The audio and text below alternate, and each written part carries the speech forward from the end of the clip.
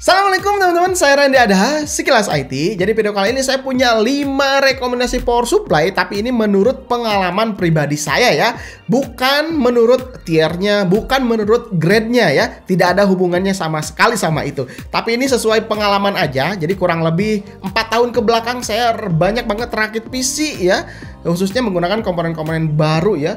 Apalagi teman-teman dari subscriber ya, pasti ada yang menggunakan power supply yang 5 rekomendasi yang saya akan sebutkan ini gitu ya. Kalau dulu saya rakit PC Kerehore ya, dulu banget lah, tahun 2010 2011 gitu ya, menggunakan power supply-nya tuh Kerehore, terus power supply dari Korea yang harganya 100 sampai 150 ribuan, tapi kualitasnya random juga ya, ada yang bagus, ada yang jelek juga, tapi kebanyakan mah ya jelek gitulah ya.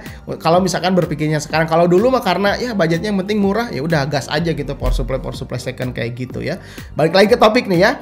Nah, namun di sini range harganya tuh antara 600.000 sampai 1 jutaan dengan kapasitasnya 500 sampai 500 watt aja. Jadi yang 450 watt dan 600 watt ke atas saya nggak masukkan ke 5 rekomendasian power supply ini gitu. Jadi semakin kecil. Karena kalau misalkan yang 400 di bawah, yang 600 watt di bawah, nanti bakalan banyak banget. Jadi nggak 5 rekomendasi ya. Oke, alhamdulillah 5 power supply ini tuh menurut pengalaman pribadi saya di rakitan PC ini paling minim gejala ya. Jadi si rakitan PC ini tuh awet lah. Bahkan ada yang dari 2018, 2019 sampai 2023 saat ini komputernya nggak ada komponen yang rusak sama sekali. Berjalan normal walaupun dipakai main game tiap hari. Katanya gitu ya, kata teman saya yang udah saya rakitin PC-nya gitu ya. Termasuk PC yang ada di studio saya juga ada yang menggunakan power supply ini. Karena untuk menentukan PC yang sehat, yang panjang umur gitu ya, salah satu komponen yang harus atau wajib diperhatikan adalah power supply-nya harus bagus gitu ya. Oke, kita langsung saja ke power supply yang pertama. Ini bukan urutan tiernya atau grade-nya, tapi sesuai pengalaman aja. Ini random ya, 1 sampai 5-nya. Power supply yang pertama di sini ada FSP HP Pro 550 watt ya. Pabrikan FSP ini udah nggak diragukan lagi dengan keseriusan produksi power supply-nya. Bahkan kelas low end-nya ini bisa menahan beban Core i3, Core i5, terus Gen 12, Gen 13 ya. GPU-nya RTX 2060, RTX 3060 ya. Menggunakan power supply ini masih tetap bisa aman dan normal ya. Tidak ada terjadi sesuatu yang aneh-aneh lah ya. Bahkan di rakitan PC yang saya pakai ini juga, ini tahun 2020 atau 2019 akhir ya, saya menggunakan power supply FSP HP Pro dan sampai saat ini PC-nya normal ya, nggak ada kendala ya. Untuk FSP HP Pro ini udah ada sertifikasi 80 plus ya. Walaupun ini masih 80 plus white, tapi sudah terdaftar di web resmi si Clear Result. Untuk proteksinya juga udah lengkap, OCP, OPP, OPP, SCP, dan garansi yang diberikan oleh distributor Indonesia selama 3 tahun. Terus untuk konektivitas juga udah pas, lengkap banget. Ada 2x4+4 untuk CPU dan ada 2x PCIe 6+2 untuk GPU. Jadi untuk kebutuhan GPU low to mid udah memenuhi lah ya untuk konektivitasnya. Tapi satu aja kekurangannya, untuk kabel kerapihan manajemennya ini masih semrawut ya. Si kabelnya ini masih kelihatan warna-warninya ya, tidak ada slab kabelnya, tidak flat kabel gitu ya. Warna merah, kuning, masih serabutan kayak gini untuk si FSP HP Pro. Bahkan kalau misalkan kesan pertama ketika melihat power supply ini tuh kayak power supply biasa aja, padahal ya kualitasnya udah terbukti lah ya. Untuk harganya di September 2023 ya, di e-commerce Indonesia berkisar di 685 ribuan. Ya ini beda-beda tipis ya, tergantung tokonya, ada yang 670, 690, 680. Ya pokoknya rank harganya seperti itu. Lanjut, power supply yang kedua. Ini dari MWL 550 watt V2 80 plus bronze ya. Power supply dari Cooler Master ini memang ditargetkan untuk entry level dan untuk rakitan PC yang minim budget banget. Jadi pas banget lah ya waktu itu rakitan PC teman-teman dari subscriber, terus teman-teman dari saya offline dari sini juga kebanyakannya harganya minim lah gitu ya. Jadi waktu itu banyak banget saya menggunakan power supply ini. MWL 550 V2 ini sudah dilengkapi dengan teknologi baru ya. Desain sirkuit DC-to-DC plus LLC teknologi. Jadi di mana ada perancangan pengubahan daya 12 volt menjadi 3 volt dan 5 volt sehingga lebih efisien untuk listriknya. Yang ini lebih hemat. Namun tetap menjaga kestabilan listrik terhadap komponen yang dialiri si listriknya dari power supply, yang tetap aman lah intinya kepada si komponen-komponen yang dialiri dengan teknologi LLC teknologi ini gitu ya. Terus di sini kabelnya juga udah flat. Ini memudahkan untuk kabel manajemen ketika kalian rakit PC menggunakan casing yang nggak terlalu mahal, nggak terlalu lega untuk si kabel manajemennya karena udah flat. Nah, ini bisa dimanfaatkan juga. Intinya Cooler Master di sini pede banget dengan produk si Cooler Master MWE 550 V2 ini. Pokoknya lebih baik lah daripada pesaingnya gitu. Makanya di web resminya ini dimunculkannya, ditonjolkannya jeroan dari si power supply-nya supaya terlihat komponen-komponen yang dipakainya tuh kayak gimana, terus teknologi yang tadi disebutkan juga kayak gimana. Nah, ini dengan PD-nya dipampang di web resmi si Cooler Master-nya. Kalau harga di Indonesia ini sekitar 730 ribuan, 740, 720, naik turun lah, beda-beda toko, beda harga juga gitu. Tapi masih di bawah 1 juta intinya seperti itu. Terus yang ketiganya ada Be Quiet System Power 9500 Watt. Ya, ini udah sertifikasinya 80 plus bronze. Kalau kalian ngikutin video-video sekelas IT dari tahun 2018, 2019, ya 2020, rakitan PC-nya sering menggunakan ini power supply dari Be Quiet yang power 9 ini. Nah, sesuai pengalaman saya ketika menggunakan power supply ini, PC-PC yang dirakit tahun 2018, 2019 lalu sampai sekarang juga ya alhamdulillah gitu, nggak ada yang rusak, komponen-komponennya masih berjalan dengan normal. Si power supply ini tuh udah pasti punya fan-nya tuh sunyi banget, ya namanya juga Be Quiet ya. Proteksinya jelas lengkap, untuk kabelnya juga udah high quality, dilindungi juga kabel slip ya. Jadi untuk kabel power 24 dan CPU-nya ini udah ada pelindungnya, jadi kabel slipnya udah ada. Terus untuk kapasitor juga yang digunakan sudah lulus uji quality control di Jerman ya. Jadi udah dipastikan mendapatkan produk terbaik sampai ke tangan konsumen. Si Be Quiet ini tuh manufaktur power supply nomor 1 ya, terbaik di sana.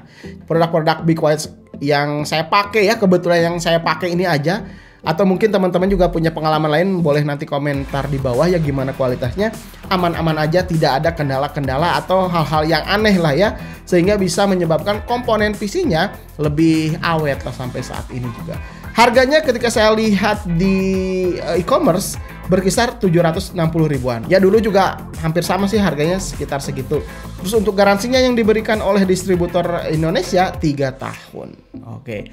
Lanjut lagi power supply keempat dari XPG Pylon 550 watt 80 plus bronze ya. Akhir-akhir ini saya sering banget pakai power supply Pylon ini karena salah satu proteksi power supply mulai lengkap ini hadir di si Pylon ini ya. Terus sertifikasi Cybernetic juga disematkan di webnya walaupun hanya untuk yang varian 750 watt. Walaupun si XPG Pylon ini tuh belum lama lah hadir di Indonesia, sekitar 1 tahun ke belakang, tapi di sini saya coba masukkan ke rekomendasi power supply ini karena pertama, untuk garansinya ini sudah diberikan 5 tahun untuk all varian ya. Di Indonesia ada yang 550 sampai yang 750, 5 tahun semuanya. Terus untuk proteksinya ini udah paling lengkap. Ada 8 proteksi level industrial yang biasanya kalau di kelas-kelas power supply yang sama hanya sekitar 4 atau 6 proteksi aja. Dan ini adalah nilai plus yang diberikan oleh si XPG Pylon. Jadi ya pengguna-penggunanya kemarin juga sempat viral banget ya. Banyak banget rakitan PC atau user-user yang mau rakit PC menggunakan XPG Pylon gitu ya. Ini nilai plus lah ya.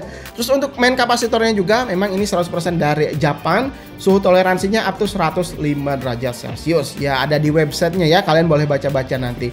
Harga pasaran di September 2023 ini 769 ribuan untuk varian 550 watt. Belum lama ya hadir di Indonesia. Saya masukkan aja ke sini karena saya juga kebetulan pakai di beberapa PC ya yang ada di studio ini pakai XPG Pylon dan alhamdulillah gitu ya, belum terjadi sesuatu apa-apa. Mudah-mudahan awet aja gitu ya untuk beberapa tahun ke depan. Terus teman-teman yang kemarin juga saya rakitin PC-nya menggunakan XPG Pylon, sampai saat ini ya belum ada yang komplain atau ada yang nanya ini kenapa itu rusak atau ada apa-apa, masih berjalan normal untuk semua komponennya. Jadi yaudah saya masukkan aja ke nomor 4 ya. Terus yang terakhir, ini yang kelimanya, ada Seasonic S12 3550 watt 80 plus bronze. Di sini siapa sih yang nggak kenal dengan brand besar power supply Seasonic ini ya? Bahkan para entusias PC juga ketika ada orang awam ya nanya, "Bang, rakitan PC power supply bagusnya apa?" Salah satunya pasti yang direkomendasikan adalah Seasonic. Dari mulai kelas entry levelnya sampai yang high endnya, power supply Seasonic ini tuh jadi salah satu yang paling direkomendasikan gitu ya. Salah satu fitur yang ada di Seasonic S123 ini adanya silent control fan ya. Jadi jika masih di bawah 50%, fan tuh akan tetap silent. Begitu penggunaan power supply di atas 50%, maka si fan nah ini akan menambah speednya untuk menjaga suhu komponen selalu dalam kondisi prima. Jadi gitu ya. Jadi ada smart fan-nya gitu di dalam si Seasonic ini. Selain sertifikasi 80 plus bronze juga sudah ada sertifikasi Lambda untuk Seasonic S123 ini dan garansinya 5 tahun gitu ya. Nah, tepat mungkin sekitar 1 tahun yang lalu ya, waktu itu saya rakit PC menggunakan Core i5 11600 ya, GPU-nya RTX 3060 dan menggunakan power supply-nya Seasonic S123 ini sampai sekarang komponennya semua masih berjalan normal ya. Alhamdulillah masih awet-awet aja gitu. Jadi saya masukkan ke nomor 5 ini. Sebetulnya ada nomor 6, nomor 7, nomor 8. Tapi ya di beberapa power supply yang 678 ini, ketika saya merakit PC menggunakan power supply tersebut, ada beberapa power supply yang mati si power supply-nya. Tapi mungkin karena terlalu banyak saya menggunakan power supply yang harganya mungkin 500 ribuan, ada beberapa power supply yang pernah saya rakit PC-nya mengalami gejala aneh-aneh gitu ya. Yang pertama itu masih masuk akal karena terkena petir, akhirnya si power supply ini rusak. Dan yang rusak ini yang keduanya tentunya GPU-nya. Nah, ini menggunakan power supply yang budgetnya sekitar 500 ribuan ke bawah. Terus yang keduanya, si power supply ini kendalanya mati total, tidak bisa mengalurkan listrik ke komponen-komponen lain gitu ya. Jadi saya nggak masukkan yang 6, 7, 8 nomornya gitu. Hanya 5 power supply ini yang menurut saya ya paling rekomend lah ya menurut pengalaman pribadi selama saya rakit PC ya. Khususnya 4 tahun ke belakang lah. 4 tahun ke belakang itu saya sering banget menggunakan komponen-komponen PC komponennya baru semua gitu ya. Kalau misalnya kalian punya saran atau punya rekomendasi power supply lagi, ya boleh aja tinggalkan saja di kolom komentar. Misalkan nih, bang saya juga punya Corsair nih, udah pemakaian 5 tahun atau 5 tahun, 7 tahun lebih lah, ternyata masih aman-aman. Coba komen aja di bawah serinya apa gitu ya, terus penggunaannya dipakai apa, spek yang dipakainya kayak gimana, coba tulis aja di bawah. Siapa tahu jadi rekomendasi teman-teman ketika nonton video ini, baca-baca komentar, oh ternyata power supply ini udah ada pengalamannya nih teman-teman di luar sana yang ternyata awet gitu ya. Coba komen aja di bawah.